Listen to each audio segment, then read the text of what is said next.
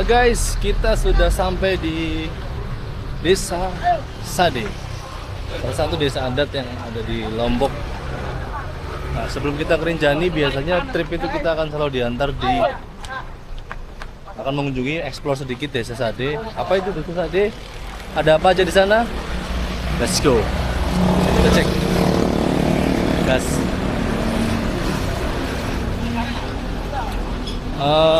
Mungkin di-spill sedikit, nanti di dalam itu ada banyak adat-adat Lombok, khususnya Nusa Tenggara Barat ya. Sepertinya kan ya, kita lihat tampilannya aja, banyak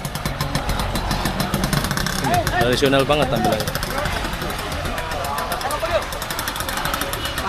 Foto lah.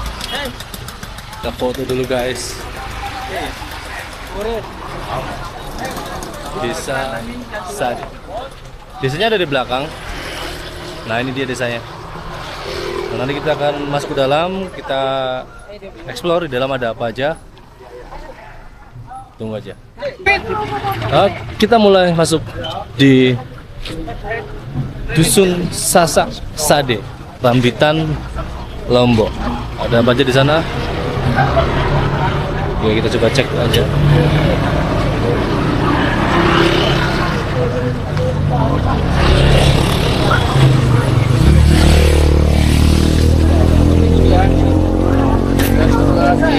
Nah, ini guys, ini dia desa wisata Sade. Nah, di sini kebanyakan semuanya itu tentang Lombok ya. Ada kerajinan tangan, kain-kain tenun. Jadi saya jelaskan mengenai sejarah kampung kami ini, ya. Baru kita berkeliling ke dalam. Kita dulu kawan-kawan. Ini semua teman-teman dari Jawa. Campuran Pak. Kumpul semua Pak sini Pak. Mari saya jelaskan dulu sebentar. Oke, baik, saya langsung mulai saja. Jadi terlebih dahulu perkenalkan dulu, nama saya Wire. Saya tinggal di kampung ini, kan itu jadi pemandu lokal yang kampung keliling. Saya ucapkan selamat datang di kampung kami. Nama kampung kami ini kampung tradisional Sade. Ya. Menurut orang tua kami, Sade artinya obat atau kesadaran. Jadi kampung kami ini bukan semata-mata jadi tempat wisata ataupun museum, tapi memang tempat tinggal suku Sasak. Kami masih huni kampung ini dengan budaya, adat, tradisi peninggalan orang tua kami dulu. Dan usia kampung ini sekarang sudah 17 keturunan, 17 generasi. Yang tetap tinggal di sini anak laki paling bungsu atau yang paling kecil di keluarga itu. Kalau udah nikah, dia yang mewarisi rumah orang tuanya. Jadi kedua orang tua sama anak-anak yang lain malah pindah keluar karena memang udah nggak ada tempat lagi di sini. Yang nampung di sini hanya 150 rumah saja atau 150 kepala keluarga. Dan penduduk sekarang ada 750 orang yang tinggal di dalam kampung ini. Kami semua di sini, teman-teman ya, masih satu keluarga, masih saling kenal satu sama lain karena menikahnya memang kami di sini masih sama kerabat sendiri, sama sepupu, sama misan. Jadi jarang sekali yang menikah sama wanita dari kampung luar, apalagi dari luar Lombok. Jarang sekali. Bukannya nggak boleh, tapi untuk mempertahankan budaya dan adat. Dan di samping itu juga biasanya kalau kita ngambil wanita dari beda kecamatan aja di Pulau Lombok ini, biasanya sudah mahal, bisa ditagih 2-3 ekor sapi sama pihak perempuan, belum lagi maharnya. Jadi kalau sama sepuwisan, yang penting sesuai acara adat, karena adat kami di sini kalau menikah masih pakai sistem kawin lari atau kawin culik. Ya, jadi semuanya masih berlaku. Kalau kawin lari ini suka sama suka antara laki sama perempuan, tapi kita culik anaknya tanpa sepengetahuan orang tuanya. Ya, kalau kawin culik kita paksa yang perempuan walaupun dia tidak suka sama kita, tapi yang boleh diculik paksa ini hanya sepupu sekali, masih bersaudara bapak. Ya, jadi baru boleh diculik paksa. Jadi dua-duanya sampai sekarang masih berlaku dan untuk prosesnya sama semua, baik kawin lari maupun kawin culik kita larikan dulu keluar kampung, titip yang perempuan aja di sana. Pagi-pagi kirim utusan ke orang tua perempuan untuk melaporkan sekaligus minta wali untuk akad nikah. Ya, kalau agama kami Muslim di sini semuanya. Memang budaya dan adat masih mirip-mirip dengan budaya Bali. Hindu ya, dan juga animisme masih kuat di sini ya. Tapi untuk agama pakai syariat Islam. Dulu memang kami pernah menganut ajaran Islam Telu. Islam Telu ini sembahyang masanya hanya diwakili kiai saja. Yang sholat, yang puasa itu kiai aja, yang lain enggak. Jadi kalau sekarang di generasi saya ini sudah mulai melakukan syariat Islam. Dan kalau yang terakhir pekerjaan kami bertahan di sini untuk yang laki, kalau perempuannya nenun bikin kain. Nah makanya banyak turunan di sini kawan-kawan ya. Nanti kalau mau lihat-lihat proses pembuatannya dari kapas, dipintal, kemudian diwarnai, kemudian ditenun. Nah harganya pun murah di sini. Ini ada satu tempat orang tua saya, nanti bisa lihat-lihat di sana. Kalau ada yang minat buat foto diri Jani nanti atau pas pendaki, bagus, nanti banyak aksesoris yang bisa dipakai dengan harga yang lebih murah daripada tempat yang lain. Gitu ya. Nanti kalau nggak mau uang cash bisa transfer kawan-kawan ya. Nah, di sini. Oke, mari kita lanjutkan lewat sini ya. Kita langsung menuju ke rumah adat yang paling tua. Coba menelusuri bersama pemandunya, Mas Pemandu.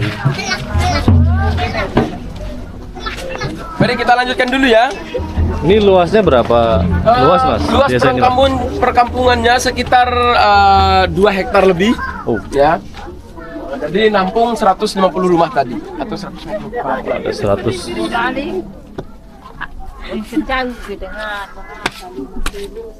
Jangan pisah-pisah kawan-kawan ya. Biar tahu jalan keluarnya nanti. Wah. Karena kampungnya lumayan luas. Kita explore Jalurnya Desa juga Sade.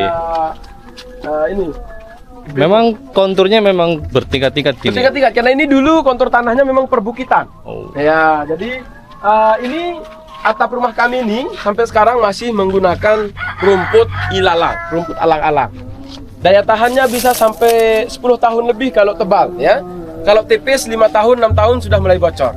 Ya, biasanya kalau tebal bisa sampai 10 gini, tahun guys. lebih. Ya.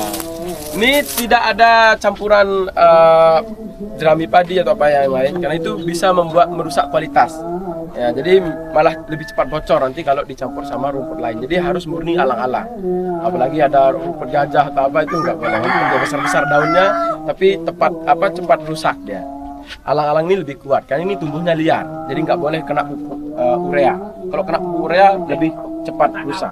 Ya. Mari kita langsung ke rumah adat yang paling tua di sini.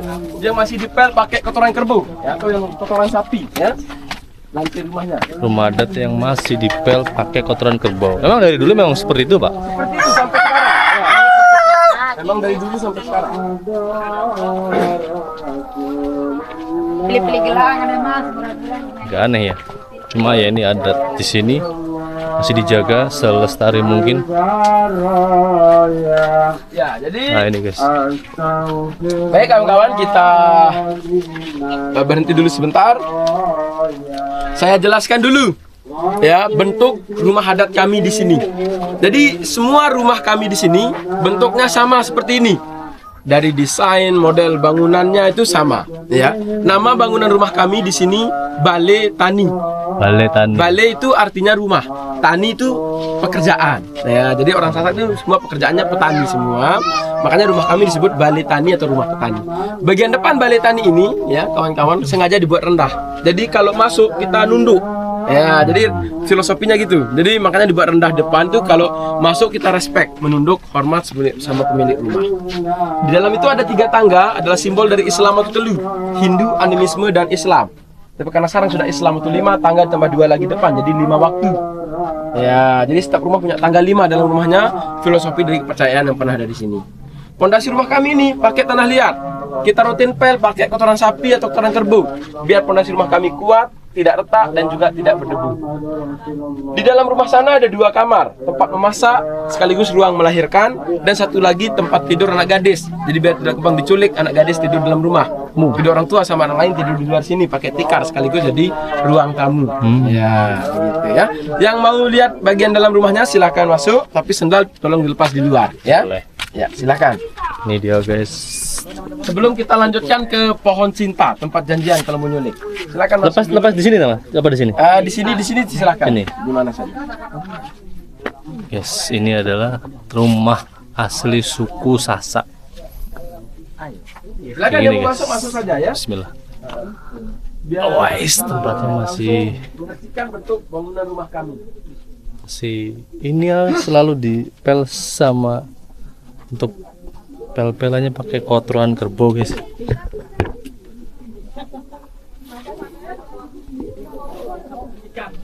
Nah, jadi di sini keluarga tidur di luar. Nah, sementara anak-anak gadis itu tidurnya di dalam.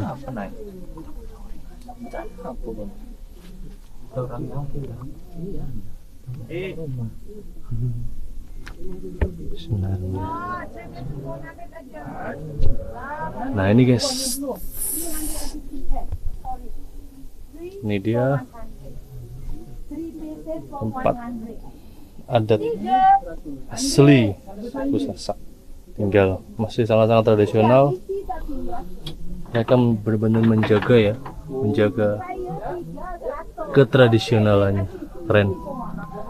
Go, let's go. Keren. Ini biasanya kita temui di desa-desa yang mungkin letaknya agak dalam, di pedalaman Jawa juga banyak seperti ini.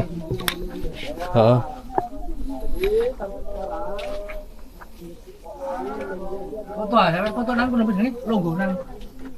Boleh nggak Pak? Foto apa ini Pak? Aku biar ngono foto nang logo nang on. Kita foto sih.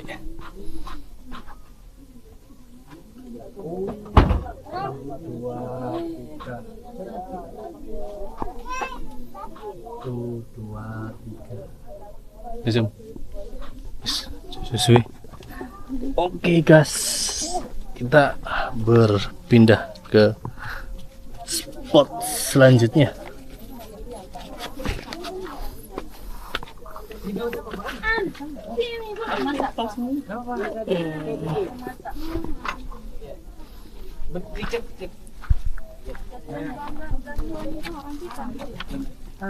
Nanti mau? Iya, tadi foto masih. Oh silakan. Jejak nggak sih? Apaan di situ? Iya, oke. Ini lagi. Oke, 1, 2, 3, ya. 1, 2, 3. Oke, tadi kita udah lihat-lihat rumah asli desa Sade atau tepatnya untuk suku Sasak. Nah, di depan kita ada masjid, guys. Nah, masjid ini mungkin masih asli ya. Salah satu arsitektur masjid yang lumayan tua. Nah, kita saksikan di depan kita.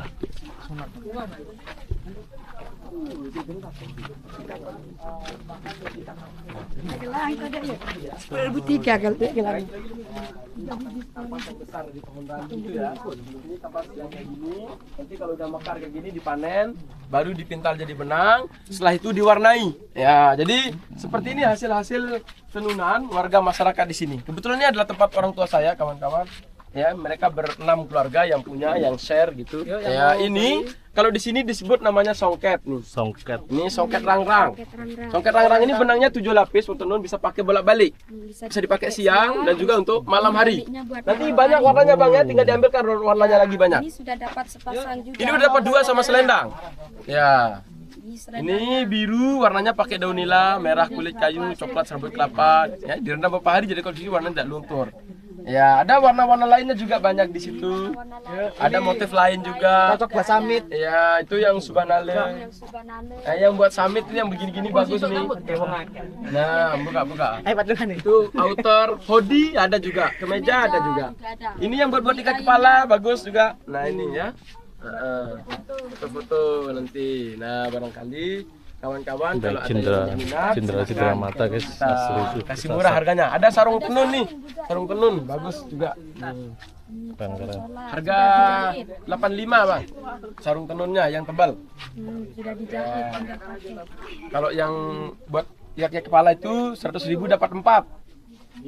Ya, 25 ribuan. Ya. Campur.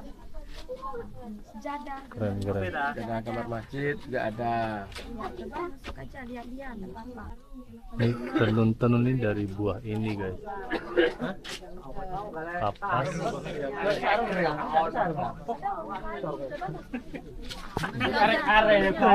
Mereka tenun, diolah, dipindai, dipintal. Dan jadinya seperti ini. Banyak yang jadi sarung. Boleh Kain- tawar kain- lagi kain kan itu tenun. 85 boleh tawar lagi harganya. Nah itu bagus buat shal di puncak tuh bagus buat di Rinjani. Seperti keren Warna lainnya juga banyak.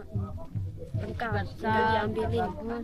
dan banyak nih, banyak kerajinan tangannya nih. 85 sama. Ambil 85 juga. Sebelum balik, Sal-sal gini. sebelum balik. Yang 400. Yang itu, Yang pertama tadi. yang mana? Yang pertama. Yang ini. Yang itu. Oh, kalau ini yang sudah dapat 200. Ya, Itu. sama selendangnya. Yang tebal. Yang tebal itu bang. Ada yang 150 di sebelah sana. Nah, itu. Gimana? Jadi kain ini yang sudah ditenun sedemikian rupa ini, iya, boleh, itu boleh. asalnya dari sini kan? Ya. Ya. Nah, ini dia. Ini buah ini ditenun, dipintal, jadilah kain ini, keren. Kalau buat satu ini berapa lama biasanya? 3 hari. Satu ini 3 hari? Iya, 3 hari. Dengan warnanya juga? Ya, Sambil. kalau warnanya udah diwarna duluan benangnya. Oh, ya. benangnya diwarnain dulu baru Ya, ditenun. baru ditenun. Oke. 3 hari selesai ini kan. Satu kain yang mungkin lebarnya 1 meter lebih. Oke, bayar. Ya. Cepat kan bayar. Gimana cara nenunnya nggak tahu saya. Di situ ada tenunnya di situ. Nanti Ada saya nenun. alatnya? Ya, ada. Oh. Nanti bisa boleh lihat ya? Boleh lihat Boleh ya? nanti, ayo. Nenunnya ya. Nanti coba kita lihat alatnya, gimana cara nenunnya ini sama mbaknya.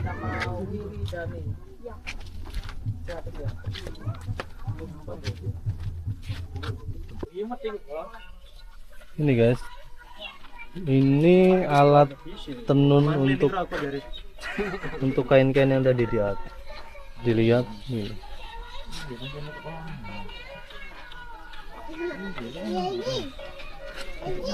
Nah ini dibenang, disusun sedemikian rupa, baru langsung di.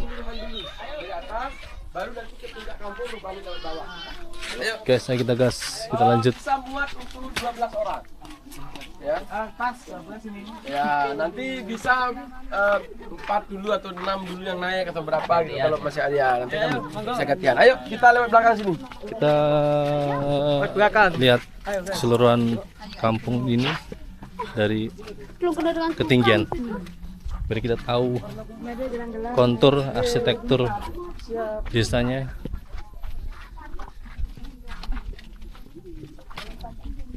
Nah, silakan kawan-kawan ya. Oke. Wow. Nah, ini guys. Sebagian adik-adik yang sudah lama bisa turun ya. Giliran ya, silakan Nah, silakan. ini tempatnya. Mungkin naik dulu ada 5 atau 6 orang dulu. Untuk kita bisa lihat situasi yang ada di sekitar ini, sekitar Desa Sade ini. Nah, kita coba cek. Tangganya lumayan curam.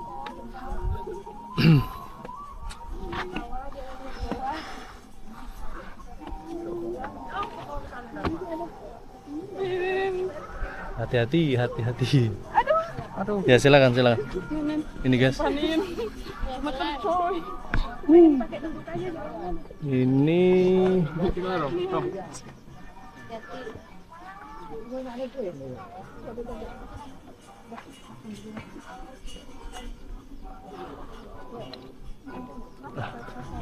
coba kita ke atas lagi biar bisa lihat view lebih banyak lagi. Wow. Ikan aja, sini aja. Nah, ini guys tampilannya. Kalau kita lihat Desa Sade dari atas,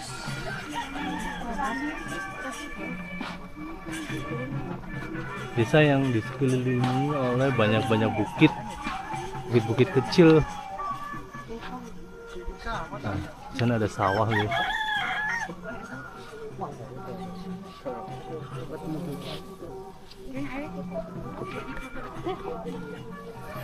Desanya unik, kecil, dikelilingi oleh bukit-bukit kecil juga. semua atapnya dari jerami yang memang sejak turun-temurun, dan gila. Menurut masnya tadi jeraminya itu bisa menahan hujan deras sekalipun nggak bocor, nggak rembes. Ini salah satu warisan yang dijaga lumayan bagus sehingga menyebabkan desa ini jadi desa wisata. Keren. Semoga akan tetap seperti ini 10 tahun 20 tahun yang akan datang, tetap terjaga, tetap asri, dan ya sebagai warga anak Lombok yang baik ya harus melestarikan adat dan istiadatnya seperti itu. Oke, kita turun, kita explore lebih jauh lagi.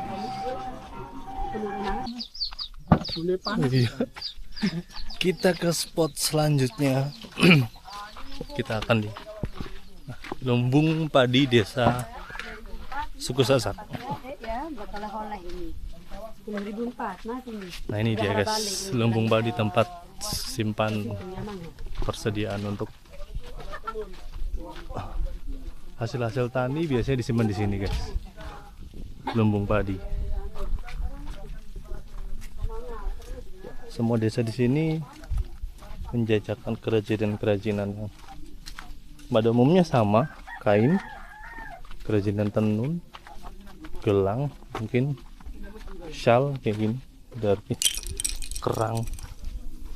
Karena Lombok kan terletak pinggir laut juga ya. Dia ada kerajinan dari kerang juga. Kontur desanya itu unik, jadi naik, berundak-undak, turun, naik lagi, turun lagi. Di sini nggak ada space yang lebih luas untuk mungkin apa namanya anak kecil main-main gitu. Pure padat, rapet, naik turun, naik turun.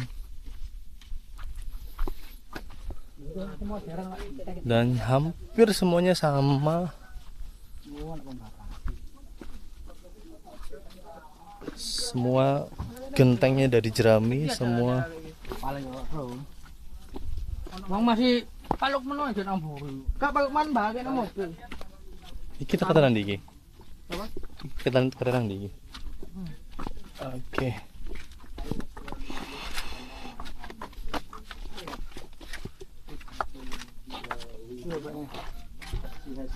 Nah, ini dia. Oh, yang ngono cara. So she has to support her back is to hold it. Yeah. And then there, guys, 2 layers. If you see now, there's yellow. In the other side, down there is black. So when you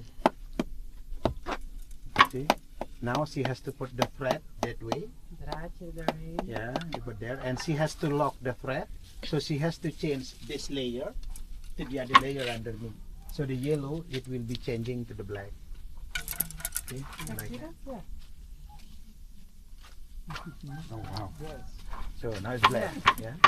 It is black now. Yeah. And then now she put the thread that way, and then she has to lock. So the black changing to the yellow again. Oh. It's so difficult here.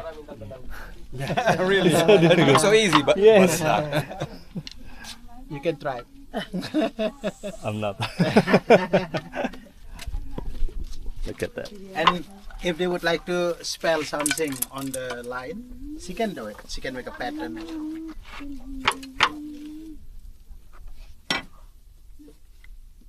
Wow. Incredible. That one there is written Lombok. This is incredible. Let's go. Move. Nanti ya Rara ini. Kita. Ya enggak apa-apa.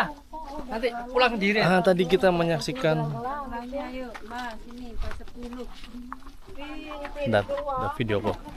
Halo. Apa sedang ada di desa wisata Sade, suku Sasak.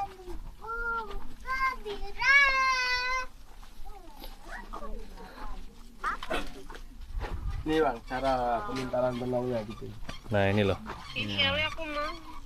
Ini dari kapas tadi yang dari apa?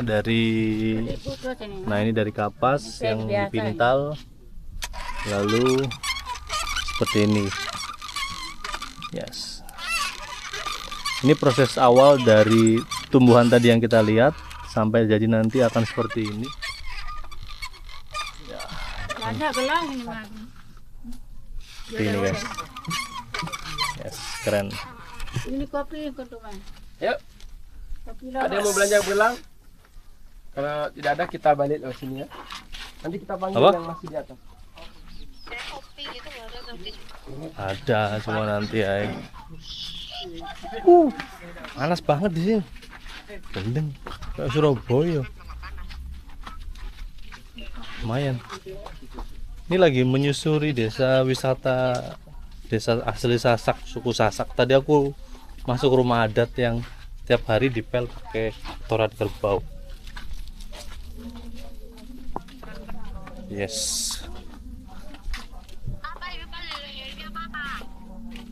Shawl, Bapak beli shawl.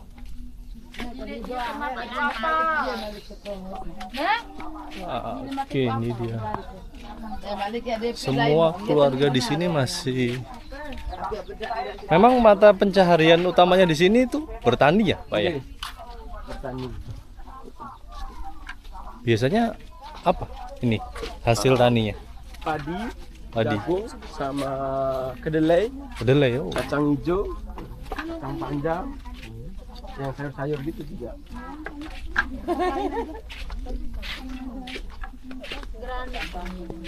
Bam, bam, bam. Keren guys.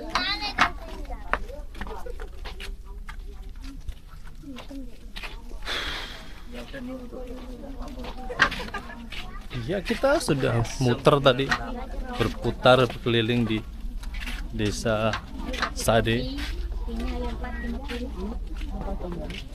Banyak keunikan-keunikan yang di shoot tadi. Ada cara